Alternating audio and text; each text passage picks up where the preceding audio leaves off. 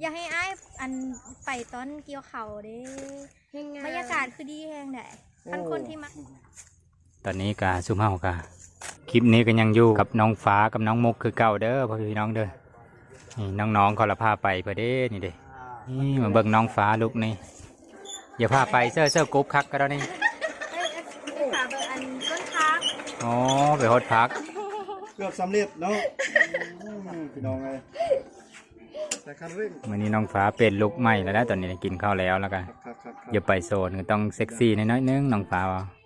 สาวพวกนี้สาวเวทบริสาวจีน ซาเวียน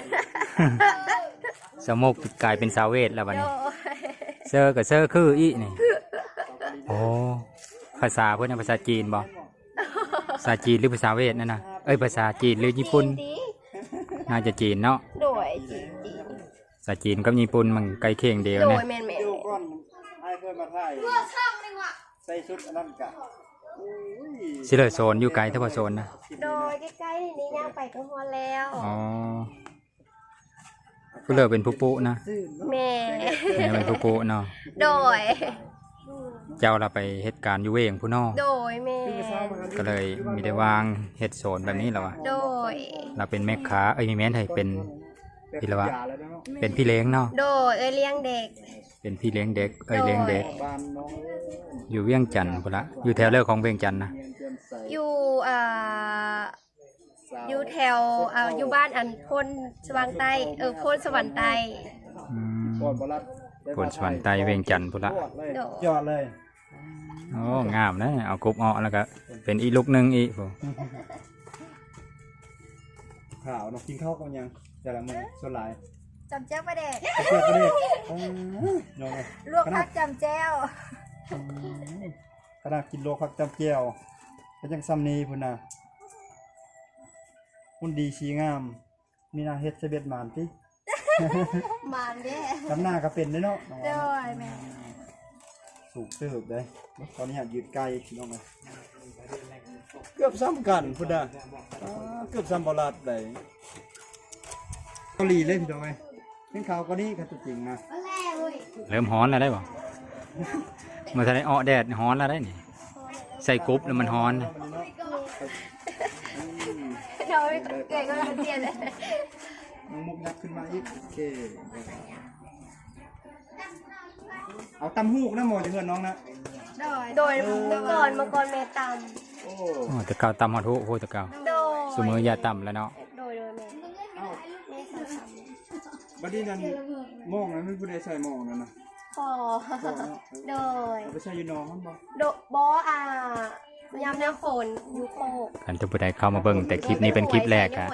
ผู้นี้เราเป็นผู้น้องสาวฟ้าเด้อผู้นี้เราเป็นสาวมุกผู้เอ้ย โดยแม่ สาวเผาบลูเมืองอัศพรสุ่มเฮามีแต่ผู้งามงามสาวเผาบลูก็ได้ ไปเลยเนี่ย สาวผู้ไทยก็งาม สาวบลูก็งาม นี่ก็แม่อันพวกน้องยังต่ำบ่เป็นอยู่ พวกน้องทนตาเป็นเนาะ โดยต้องได้เขียน ตำชิ้นใหม่บอกเลยว่ายังไง ผ้าแผ่เป็นผ้าแผ่ตากะโลเสียผ้าแผ่ตะขา อืม พาเซ็ตมือนะบอก อันนี้ที่ดิน โดย อ๋อพาเข้ามาพาเข้ามา ฟืนเก็บนาบาเลยไม่ผู้ใดไปหาฟืนมานะ พ่อกับแม่ตาใส่โดย ใช่ไหม น้อง แจ็คนี่ละเจมาเนาะ โดยแม่ คกเก้ากว่านั้นนะคกตำเข้า โดยคงต้องเข้า โอ้ ตะกี้เราก็เคยต่ำมาเลย ตะกี้แล้วเขาตำ สาวฟ้าก็เคยตำข้าวแต่เก่า โดนหลายปีเลยได้ซอตำเพราะว่ามีห้องสีแหละตะกี้ตำเอาตื่นแต่เช้าแต่1 โมง 2 โมงก็พากันตำแล้วล่ะก็พากันมาแล้วก็ค่อยนึง โอ้ ตะกี้ยังมีอัน สมัยแต่เก่าลำบากขนาดสมัยแต่เก่าเนาะสมัยพ่อแม่เฮา ตื่นเช้า โด ตำเข้าย ทุกมื้อ ทุกมือเลย ค่อยก็เกิดท่านคือเดียวก็ตำข้าวอะนะ มาดูเรื่องเราไปสี โดยมีห้องสีเลยเนี่ยได้สีแล้ว ตอนก้อย4-5 ปีนี่ตำอยู่แล้ว ก็แล้วแต่ว่าเขาเฮาลายน้อยแต่กระสอบแบบ10,000ได้12ไปสิแล้วแต่บางบอลแล้วแต่เพิ่นสิเอา แล้วแต่ฮานเนาะ โด แล้ว ย แต่ห้อง แล้ว สี เพิ่นสิเอาน้ำเฮา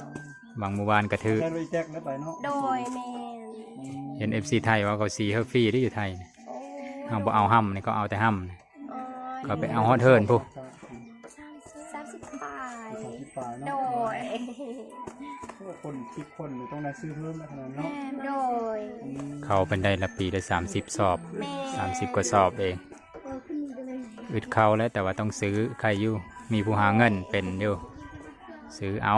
ข่าวพี่ลึก มื่อนี้ไม่ได้แต่งหน้าเลยหน้าสดเลยนี่ มาสดเลยเนาะ น้องเอาบ่แต่งก็ได้บ่เอาบ่แต่งก็เป็นหยังวะ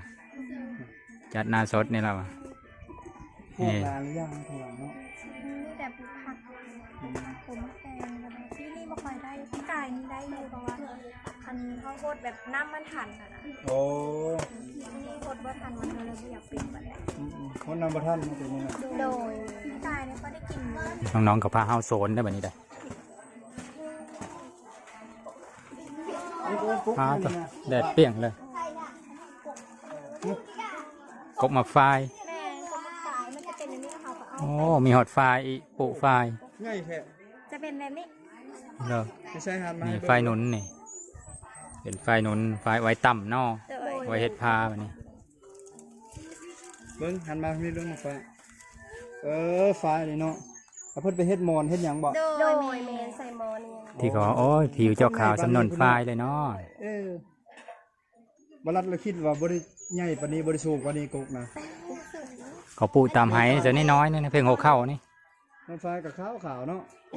พวกภายธรรมชาติเนาะ หากก็เคยเห็นได้นี่กกสูงสำนี้ได้ เช่น เลือก2-3บกนี่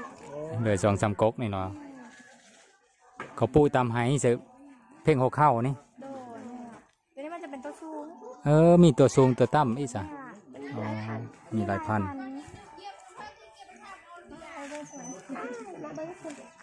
เรื่องสวนเนาะน้องๆคนสิพาไปเบิ่งสวนเด้อบัดนี้ ส่วนมะกรูด ทั่ว โดย อันนี้คือบักกะ ทั่วผักกาด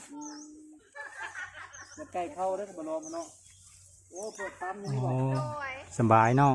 บ่ได้หาบน้ำอีกโพดแบบนี้เลย อยู่นานี่ต้องได้หาบ อ๋ออยู่หน้าได้หาบน้ำข้างใน ได้หาบน้ำหด อันนี้อยู่เฮิร์ดแล้วมีใดมีปั๊มขึ้นมาน้ำมาดานแล้วปั๊มขึ้นมาเลยสบาย มาล่ะ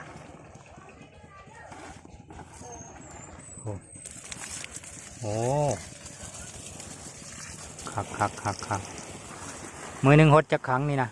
นี่หวะพดตอนเช้าแล้วก็ตอนเล็ก เช้ากับตอนแรงเนาะ แสดงว่ามือหนึ่งสองเทื่อเนาะ เดินมา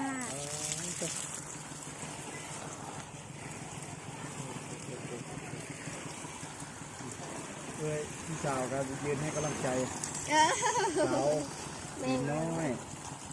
สาวใส่หน้า ปัดผู้เป็นน้องสาวเลยจังใหญ่กว่าเนาะเอามายืนแลกันเราเบิ่งหันเพราะว่าน้องสาวใหญ่กว่าจังน้อยหันแต่ความสูงนี่ซีกัน โด โอ้พี่ดองเลย ความงามกับงามคนละแบบเนาะอาจผู้น้องละอบโอบงามแบบอบโอบแล้วผู้เอ้ยละบางๆเลอะเอาแล้วผู้เลอะมักสไตล์เลยเนาะ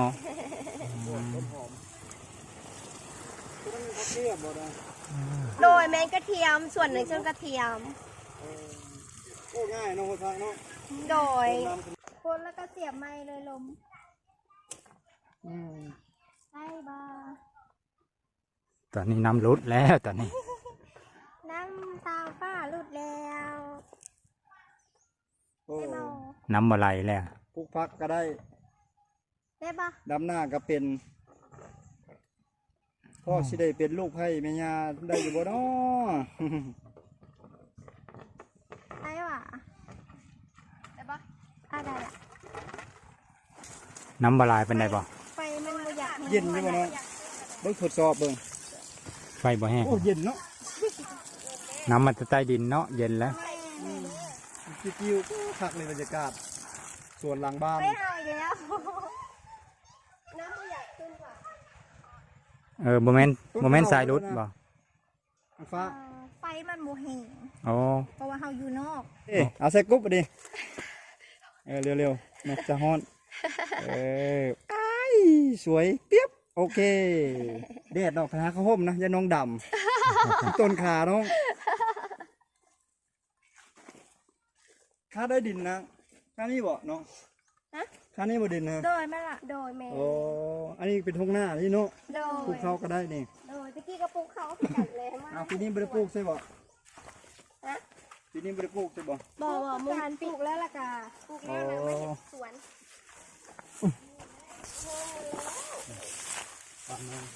พาไปเบิ่งหนองปลาแต่ว่าปลาแห้งแล้วละน้องว่า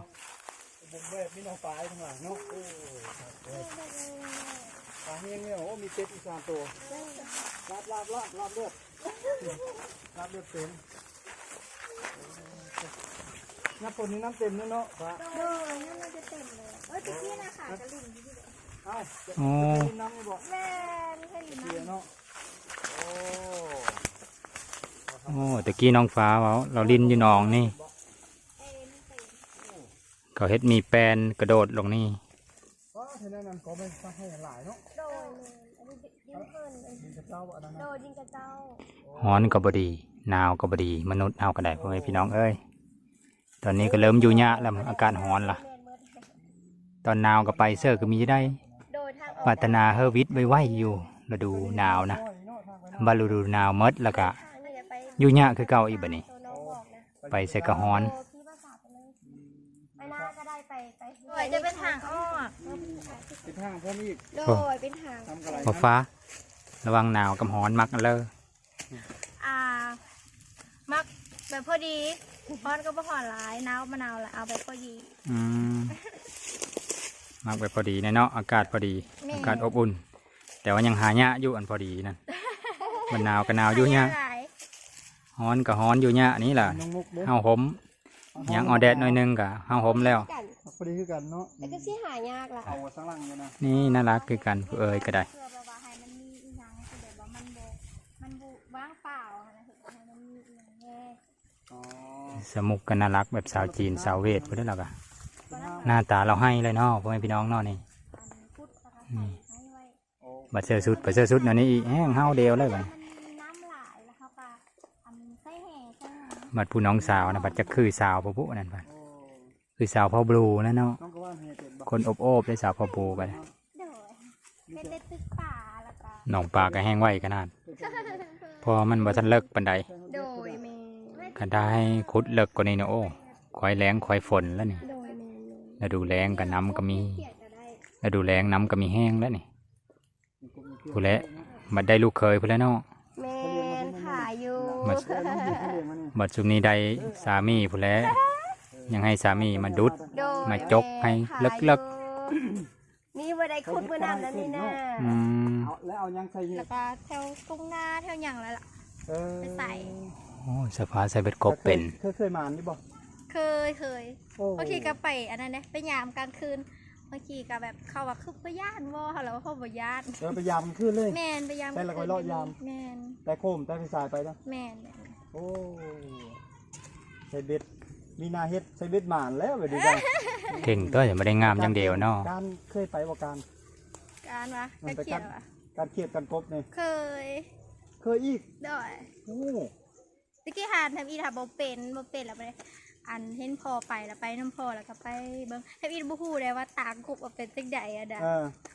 วันเฮียนไปเฮียนมาไปการเนี่ยฮู้แล้วว่าตามกบเป็นจังไดมีแต่ว่าเข้าไปใกล้ๆเขาแนมเอาอันนะเหยื่องไว้แล้วก็เห็นตามแล้วก็ย่างไปเอาเลย โอ้ให้มันเกี่ยวตามันเนาะ แม่น เวลาไฟฉายเขาส่องใช่แล้วมันสะท้อนขึ้นบ่ แม่นมันจะเห็นตามัน ความหมายเนาะเห็นตามันนั่นเนาะ แม่นมันจะง่าย เสียงมันสะท้อนขึ้น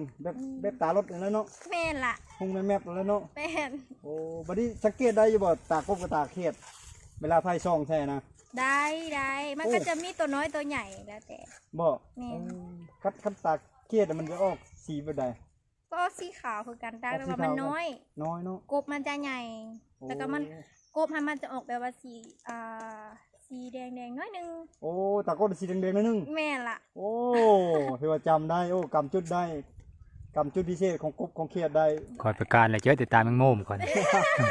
เออบาลัดก็บ่โหดไปแล้วเจ้าตามงุ่ม แมงมุ ใส่ มก็ กัน หลาย เนาะ แม่นแมงมุมก็คือกัน ใส่ปิ้งเลยแมงมุมนี่เนาะ อืม แม่นแมงมุม ใส่ก้อยตาเอ่ย ใส่ย่องๆกันนะ แม่น กับบ่สังเกตข้างเลยว่าจะคือตาเขียดเนาะ แม่นคือ แต่ว่าแมงมุมเนี่ยเวลาเฮาการเนี่ยเนาะเวลาเฮาเหยื่องเนี่ยมันจะแบบคันเฮาเหยื่องแบบเงื่อนซ้ายเงื่อนขวามันจะแบบ มันจะหันไปทางอื่นแมงมุมนะ โอ้ มันจะต่างจากเขียดอันเขียดเฮา อันการไปแบบว่ามันบ่หลีกบ่หยังแล้วมันจะแม่นเขียด มันจึงแล้วนั่นเนาะ มันจึงแม่ล่ะ สลามจึงกับเป็นโอ้ยงามผลเด้อนามาติดตามที่มาเบิ่งน้องการ วาสนาผู้ใดเนาะงามก็ตอนนี้ก็หาอยู่หากินก็เป็น ไปส่วนหลายไปก็ผู้ใด ไปว่าจะไปน้ำนอง ไปกับน้องเนาะ บางทีก็ไปผู้เดียว เจ้าบ่ยานสินะ บ่ฮู้สึกย่าน แต่ว่าตอนนี้น่ะย่านอยู่ตะกี้น่ะบ่เคยย่านอยู่ บ่ก็ยานเลย เป็นสาวคักระยานแล้วเนาะ ตอนนั้นยังวัยรุ่นยังน้อย แม่น ๆสาวขึ้นใหม่บ่ยานผู้ชายไปไหนได้บ่ยังบ่จักยาน การไปเท่าใด แถวนี้แหละแถวนา แถวหลัง แม่ เป็นท้องนาด้วยเนาะ แม่น แล้ววันนี้ยามนี้หันได้อยู่กับการประกวดเครียดนะ ยามนี่บ่ก็ได้อยู่ ได้อยู่เครียด แต่ว่า น้อย แถวนี้มันจะบ่ค่อยมีเพราะว่ามันแห้งหลาย โอ้ มันจะแบบเฮาจากการแถวแบบห้วยแถวหองแถวหยังประ โอ้ มาณนี้มันจะได้ จะนอนอยู่ตามห้วยตามหยังยามนี้เนาะ ยามนี้เพอมันแห้งหลายแล้วเขียดมันบ่ใหญ่อยู่ปานใดมัน โอ้ มันแห้งหลายค่ะ แต่บ้านบารัดดียามนี้นะมันได้เด็ดในแบบนี้ตัวเลขประกวดตามต่อเฟืองกลางคืนนะ โดย เครียดน้อยๆเครียดขาข้ามเครียดนั่น หลายเลย โดย บารัดเคยไปตลอดตอนยังน้อยๆฮะตอนอายุ30ปลายปีนะแต่ว่าข้าอายุแก่ขึ้นมาเลยก็เวียกหลายจะหลายก็ไปนำคอนเทนต์แบบนี้แหละแต่ก็บ่ค่อยมีเวลาเมื่อไปก็ตัดคลิปตัดหยังเลิกไปมีเวลาไปกอดเครียดกันหยังเลยก็จะไปอยู่ได้ขึ้นฮอดสมัยได้เก้า แม่นไปตะม่วนเด้ ปิตาม่วน ตะกี้นะ เครียด ม่วน มันธรรมชาติเอากินกระแซบนะ ว่ะมื้อแรงไปน่าจะการเครียดนะมื้อแรง การเครียดอย่างนี้เนาะ แม่เขียนเลยดอกบ่แลง มาแล้วกระโบโหดมาการเครียดอย่างนี้จะบริกลับแล้วแหละบ่ได้นะ เจอแต่เครียด2โตนี่แล้วว่ะ สองอย่างแล้วบ่ติดคุกก็ได้เป็นเคยอยู่บ้านนี้มายอกสิเด้อ แล้วเป็นดินหันบ่มาฟ้า โดยแม่ มาข้าวโพดเนาะ ก็ควรนี่แหละ อันนั้นก็เอิ้นกุ๊กอหย่างนั้นนะนี่คือต้นบางน้ำนะฮะ อันหวะ ก็ไปเขาให้ศาสตร์ เขาเฮ็ดซาดค่ะ เขาไปเฮ็ดชาติ พือบ่ โดย ต้นพือบ่ นี่นะ ก็พื้นแม่แม่แล้ว กุ๊ก ก็ พือบ่นั่นน่ะ โดย แต่ก็ซานไปเฮ็ดซาด ให้ศาสตร์ ตู่เขา ก็นี่แหละ ไว้ตำซาด ซุ่มเนี่ยเด้อ แม่แม่น คือนี่อยู่แถวนั้นหลายอยู่แถวจำพร แม่ โดยแม่ อยู่สุยหั่นเนาะ โดยแม่ มาแล้วเคยขี่รถผ่านป้าบอกว่าหลายเห็นเขาเก็บในยามนี่นะ มันอยู่นำแคมน้ำเนาะ โดยแม่ที่เข้มไว้แคมหน้าเนี่ยได้หลายเด้ พวกน้องเอามาปลูกอีกวันนี้ ว่ามันเกิดอันเองนี่จะบอกเรื่องนี่แหละเรื่องพอเอามาปลูกกับบุ้งคือกัน แล้วที่จะมาอยู่เนี่ยเห็นมันมีแล้ว แม่นี่เราเห็นมันมี สักปีจะมาอยู่บนแถวนี้นะ โอ้ อยู่ดินอันนี้ฮะ กาลายเติบเลย หรือว่าเกิดอยู่นี่เลยบ่ บ่เขาเกิดอยู่เพื่อนอัน เพื่อนปูเพื่อนยาอยู่ในพุ่นแถวใกล้ๆแถววัดพุ่น อ๋อ อันนี้หายกับมายาย เกิดอยู่พุ่นเนาะ บางสุเหาอันนี้นี่ เอิ้นเคยวัดพุ่นเนาะ โดย ย้ายตอนใหญ่ๆแน่ แม่ พวกอายก็จะย้ายมาอยู่บ้านนี่ดิ มาได้ สบายจะได้มายามน้องฟ้าน้องมุกตลอด โดย โดยมาได้ มาเบิ่งน้องไปการกบการเครียด ไปใช้เบ็ดยามหน้ากะยามฝนหั่นยามนี้บ่มีน้ำเท่านี้เนาะ แม่มันเป็นน้ำ เราบ่ได้เฮ็ดหน้าแซงเนาะ โบนาปีให้เป็นนาปี เฮ็ดแต่หน้าปีหน้าปังบ่ได้เฮ็ดเพราะว่าบ่มีน้ำเนาะ โดย อยากให้อ้ายอันไปต้นเกี่ยวเขาเด้ บรรยากาศคือดีแฮงได้คันคนที่มักธรรมศาสตร์นี่ก็ดี โอ้ยามเกี่ยวข้าวเนาะคัก ยามเกี่ยวข้าวยามโดยเฉพาะยามเฮาดำนาแล้วเนาะมันแบบ โอ้ข้าวเขียวเดือน9เดือน10นะ โดยล่ะ ใส่เบ็ดนำบ่ โดยใส่เบ็ดนำ ตามกลางหน้านะเนาะโอ้คัก แล้วก็เอาปลาทามทงนาเนี่ยโอ้มวน โอ้โห ยามนั้นน่ะ โอ้ยาม ถ้า นั้น คนที่แบบมักธรรมชาตินี่คือแบบโอ้สุดยอดเลย โอ้น้องฟ้าก็เซอร์เบ็ดอยู่บ่ โดยใส่ ตอนเข้าเขียวๆนั่นได้ โดยแม่นใส่ น้องมุกก็ใส่คือกันเนาะ โดยใส่ที่แต่ ครับเต็มๆเลย ตอนนี้ก็ซุ่มเฮาก็เดี๋ยวเมื่อแล้วล่ะพ่อพี่น้องเอ้ยเฮ้ยน้องๆพาโทแถวเฮิรนบริเวณเฮิรนนี่แล้วก็ฮดพักก็เล็กๆน้อยๆนึงน้ำมันมีปัญหาแล้วก็เลยหยุดไว้ก่อนซุ่มเฮาก็ย่างเลาะมาหนองปลานี่เดี๋ยวเลิกก็ขอคบเจอน้ำน้องๆ2คนเด้อที่เสียสละเวลาได้มาถ่ายคลิปนำเท่านี้คันเทาพ่อพี่น้องยังสนเจอยังเยอะเบิ่งอยู่กะโอกาสหน้าบางทีซุ่มเฮาก็จะได้นัดน้องๆมาถ่ายอีกเอาเป็นว่าขอคบเจอนำ FC หมดทุกคนเด้อที่สนับสนุนโดยการรับชมโฆษณาให้มาโดยตลอดก็ได้บ๊ายบาย